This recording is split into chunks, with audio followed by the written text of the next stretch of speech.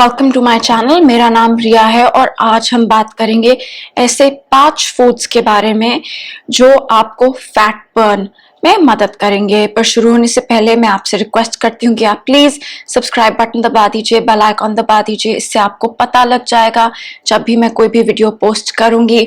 और इस चैनल पर मैं डाइट और न्यूट्रिशन से जुड़ी हुई वीडियोस पोस्ट करती हूँ। अगर आप घर पे एक्सरसाइज करना चाहते हैं तो मेरा एक एक्सरसाइज चैनल भी है जहां मैं होम वर्कआउट वीडियोस पोस्ट करती हूँ। वर्कआउट वीडियोस जो आप घर पे कर सकते हैं, अगर आप चाहे आप देख सकते हैं, लिंक डिस्क्रिप्शन बॉक्स में है। तो चलो बात करते हैं 5 फूड्स के बारे में जो फैट बर्न में मदद करेंगे। पर एक और बात है कि सबसे best solution fat burn, fat loss, weight loss के लिए है प्रॉपर डाइट और एक्सरसाइज। प्रॉपर डाइट पे ध्यान जरूर दीजिएगा, एक्सरसाइज पे भी ध्यान जरूर दीजिएगा और साथ ही साथ में ये 5 फूड्स में फैट बर्निंग प्रॉपर्टीज हैं। तो चलो बात करते हैं इन 5 फूड्स के बारे में। तो पहला food on the list is coffee. और कॉफी में फैट बर्निंग प्रॉपर्टीज होती हैं और ये इसलिए होता है क्योंकि जब हम कॉफी पीते हैं एक हार्मोन, न्यूरोट्रांसमीटर एपिनेफ्रिन के नाम से रिलीज होता है बॉडी में। और ये जो केमिकल होता है, हार्मोन होता है एपिनेफ्रिन, ये फैट बर्न में मदद करता है। तो इसलिए जब हम कॉफी पीते हैं बॉडी में फैट मोबिलाइजेशन, फैट बर्निंग शुरू हो जाती है और कॉफी ब्लड शुगर लेवल्स को भी कंट्रोल कर सकती है। तो इस वजह से भी इफेक्टिव है फैट बर्निंग में, वेट लॉस में। और साथ ही साथ में जब हमारे ब्लड शुगर लेवल्स कंट्रोल में रहते हैं तो क्रेविंग्स भी नहीं होती हैं, हमें मीठा खाने की क्रेविंग्स। तो जब क्रेविंग कंट्रोल में रहती है तो हम सही डाइट फॉलो कर सकते हैं और इस वजह से वेट लॉस भी होता है, फैट बर्निंग भी होता है। पर कॉफी आप सही मात्रा में लीजिएगा। कॉफी पिल्स, कैफीन पिल्स ये सब नहीं लीजिएगा। 1 से 2 कप, 3 कप भी ले सकते हैं कॉफी के, ये आपके ऊपर है। मेरी लिमिट है 2 कप दिन में, उससे ज्यादा मुझे सूट नहीं करता है। तो जो आपको सही लगता है उतना आप ले सकते हैं। और एक और बात है, अगर आप कॉफी लेंगे तो बिना ज्यादा क्रीम, आइसक्रीम, ज्यादा चीनी, इन सब चीजों के बिना लीजिएगा। क्योंकि अगर आप क्रीम डालेंगे और बहुत चीनी डालेंगे तो फैट बर्न इफेक्ट नहीं आएगा सही से। ब्लैक कॉफी ले सकते हैं, ब्लैक कॉफी में थोड़ा स्टीविया डाल सकते हैं, थोड़ा सा दूध डाल सकते हैं, वो बेहतर रहेगा। दूसरा food item on the list is green tea. और ग्रीन टी के भी बहुत बेनिफिट्स होते हैं, पर उन बेनिफिट्स के साथ ग्रीन टी बहुत इफेक्टिव होता है फैट बर्निंग में। और ग्रीन टी में एक कंपाउंड होता है, एक पॉलीफिनॉल होता है, EGCG कर। और ये जो EGCG है ये फैट ब्रेकडाउन को प्रमोट करता है। और EGCG एक एंटीऑक्सीडेंट भी होता है। और एंटीऑक्सीडेंट जो होते हैं वो फ्री रेडिकल डैमेज को फाइट करते हैं और फ्री रेडिकल डैमेज से ही एजिंग होती है। तो ग्रीन टी फैट बर्निंग के लिए तो बहुत ही अच्छा है, पर साथ ही साथ में क्योंकि इसमें इतने एंटीऑक्सीडेंट्स होते हैं, एंटी एजिंग इफेक्ट भी देता है हमें। और ग्रीन टी में कैफीन भी होता है, कॉफी में भी होता है पर ग्रीन टी में भी होता है। और कैफीन जो है वो ब्लैक टी हो गया, ग्रीन टी हो गया, कॉफी हो गया, कैफीन जो है कंपाउंड वो फैट बर्निंग में मदद करता है। और ग्रीन टी में खास बात यह है कि इसमें एक चीज है कैटेकिन्स करके, और ये जो होते हैं ये बेली फैट, विसरल फैट जिसे बोलते हैं, उसके लिए बहुत इफेक्टिव होते हैं।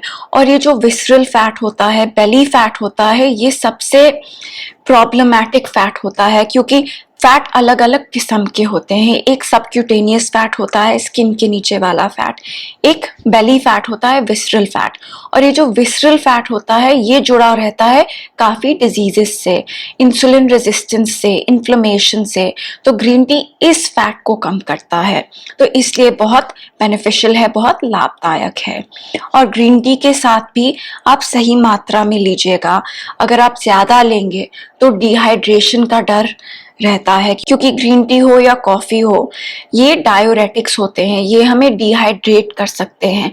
तो साथ ही साथ में हाइड्रेशन बहुत जरूरी बन जाता है कॉफी के साथ और ग्रीन टी के साथ। तीसरा on the list is cinnamon, दालचीनी। और दालचीनी सिनेमन के भी फैट लॉस में बेनिफिट्स होते हैं। सिनेमन में एक कंपाउंड होता है सिनेमाल्डेहाइड, और ये जो कंपाउंड होता है ये थर्मोजेनेसिस में मदद करता है। थर्मोजेनेसिस का मतलब बॉडी का टेम्परेचर बढ़ाता है, और जब हमारी बॉडी का टेम्परेचर इस तरीके से बढ़ता है तब हम फैट बर्निंग करते हैं। और साथ ही साथ में दालचीनी जो है, सिनेमन जो है, वो ब्लड शुगर लेवल को बैलेंस करती है। और ब्लड शुगर जब बैलेंस रहता है, क्रेविंग्स नहीं आती हैं, और क्रेविंग्स नहीं आती है कॉफी की तरह, तो हम मीठा इतना नहीं खाते हैं, उससे भी और बेनिफिट मिलता है हमें। और सिनेमन का एक और फायदा ये है कि इसमें एंटी इंफ्लेमेटरी प्रॉपर्टीज भी है।